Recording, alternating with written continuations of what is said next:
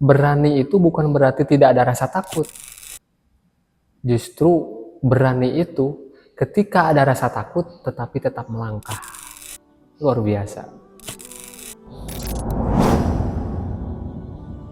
Pernahkah kamu mengalami, merasakan kalau beban hidup itu terlalu berat? Kenapa masalah tidak selesai-selesai? Ketika kita dihadapkan masalah, seringkali kita fokus pada diri sendiri.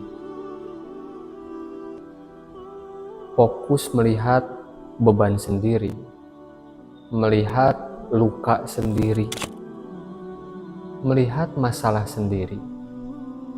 Sehingga akhirnya yang ada hanya gelisah dan putus asa. Padahal bisa jadi yang bermasalah bukanlah beratnya ujian, tetapi cara pandang kita yang kian menyempit. Setelah saya sadar akan hal ini, saya berusaha memandang sesuatu dari berbagai sisi.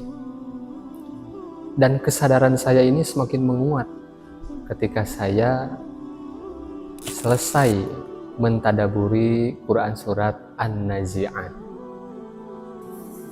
Ketika teman-teman memperhatikan Quran Surat An-Nazi'at dari awal sampai akhir, itu memiliki perbedaan tema-tema tertentu.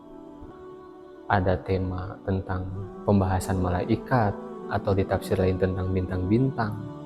Ada tentang hari kiamat, ada kisah Nabi Musa alaihissalam, dan lain sebagainya.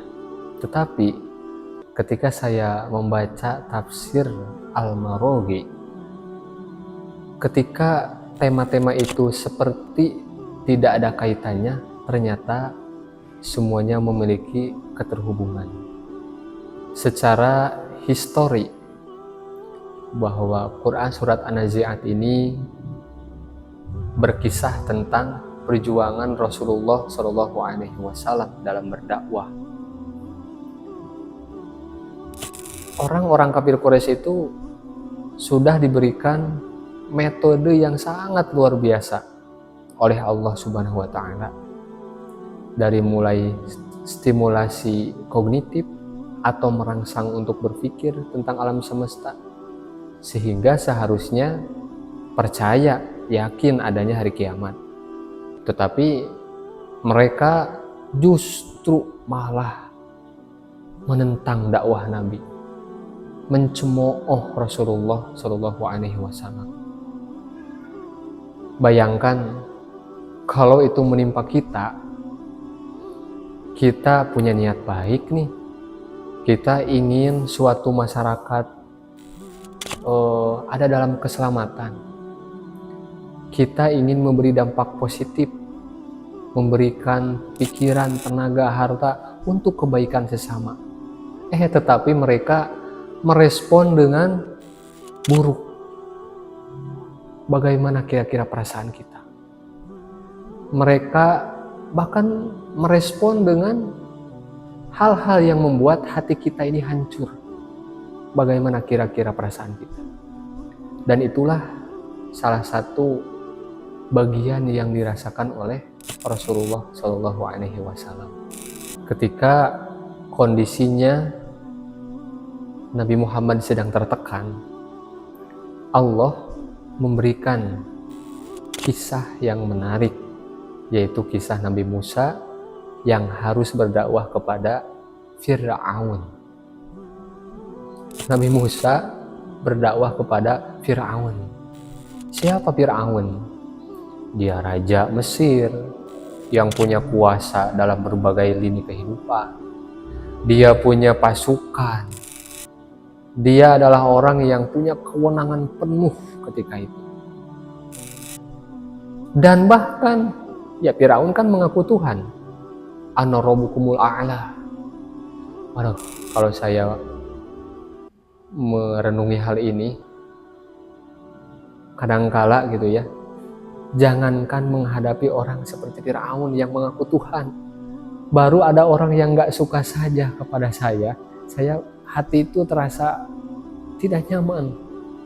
Baru ada orang yang tidak suka, bagaimana kalau menghadapi Firaun? Dan kisah ini dikisahkan kepada Rasulullah SAW yang sedang tertekan. Kalau saya bahasakan secara sederhana, mungkin seperti ini. Wahai Muhammad, apa yang kamu alami itu pernah juga dialami oleh nabi-nabi sebelumnya. Wahai Muhammad, bahkan nabi-nabi sebelumnya itu diuji hal yang lebih berat daripada dirimu. Ya memang betul kan ya, Rasulullah itu tidak menghadapi tokoh yang semacam Firaun, ya baru orang-orang Quraisy, mereka tidak mengaku Tuhan. Nah, seolah-olah ini jadi obat hati, jadi perlipur lara bagi Rasulullah SAW. Nah, begitupun kita kan. Saya pernah tuh kemarin ngobrol dengan seseorang yang punya beban hidup yang luar biasa secara finansial, tetapi dia bisa senyum ketika berbincang dengan saya. Karena apa? Ternyata temannya itu punya bisnis yang rugi senilai miliaran. Dan ternyata dia cerita lagi, temannya yang rugi miliaran itu masih bisa tersenyum. Karena apa? Temannya yang lain lagi itu ruginya sampai belasan miliar. Waduh, luar biasa. Sekarang kita juga seperti itu kan, ketika kita punya masalah, ternyata masalah kita itu tidak lebih berat daripada masalah orang lain. Sehingga ya minimal hati kita lebih lapang, hati kita lebih menerima. Toh ternyata ada orang yang lebih berat ujiannya daripada kita. Jadi kisah dalam An-Najat ini adalah sebagai obat hati bagi Nabi. Kemudian kita lanjutkan kisah Nabi Musa ya. Di ayat yang lain, Quran Surat Al-Qasas ayat 33 kalau nggak salah. Itu Nabi Musa juga pernah ada rasa takut dalam mengarungi proyek dakwahnya. Beliau takut menjadi sasaran pembunuhan. Tetapi walaupun ada rasa takut, Nabi Musa tetap melanjutkan proyek dakwahnya. Nabi Musa adalah orang yang berani.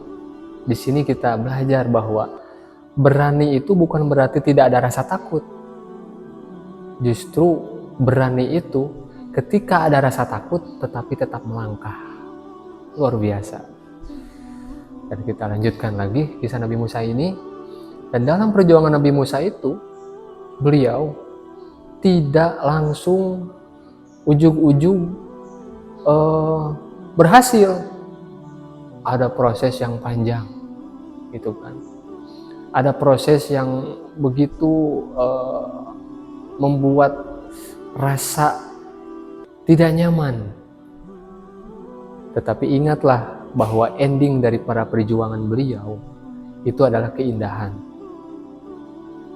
Dan Allah menolongnya dengan pertolongan yang amat dahsyat. Yaitu apa?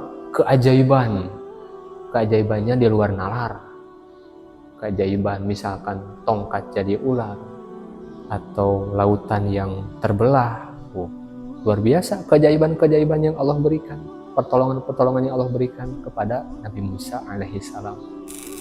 Begitupun pelajaran hidup bagi kita semuanya. Begitupun yang dialami oleh Rasulullah SAW. Jadi ketika merasa ujian ini begitu berat dirasakan oleh kita, ternyata ada orang yang lebih berat ujiannya daripada kita. Dan yang lebih penting dari kisah Musa ini, siapapun yang menjadi hamba Allah dalam menghadapi masalah, Allah itu senantiasa membersamai, menolong, menurunkan rahmat juga petunjuk bagi hamba-hamba yang beriman. Dan ingatlah, kita kadang-kadang kalau ada masalah inginnya cepat selesai. Ya Allah, hilangkan masalah saya ya Allah. Padahal ternyata di balik ujian itu Allah ingin kita menjadi dewasa. Allah ingin kita menjalani hiruk pikuk itu agar menjadi manusia yang matang, menjadi berkualitas. Itulah salah satu dari tujuannya ada ujian hidup, agar kita menjadi insan berkelas, menjadi insan berkualitas. Oleh karena itu, kalau kamu sedang diuji berat, merawat iman juga berat, berdakwah berat, mendidik anak berat, maka ingatlah hal-hal ini, bahwa ternyata ada orang yang diuji lebih berat daripada kita, dan dalam ujian yang sedang dijalani, bagi hamba-hamba Allah itu ada pertolongan, ada rahmat yang turun, dan ada maghfirah di sana, ada petunjuk di sana. Jangan putus asa, jangan gelisah. Masya Allah. Kira-kira bagi teman-teman, dari kisah yang barusan diberikan, dari kisah yang baru disampaikan, bagian mana yang paling menyentuh bagi teman-teman? Tulis di komentar ya. Itu saja mungkin yang disampaikan. Semoga bermanfaat. Barakallahu fiikum.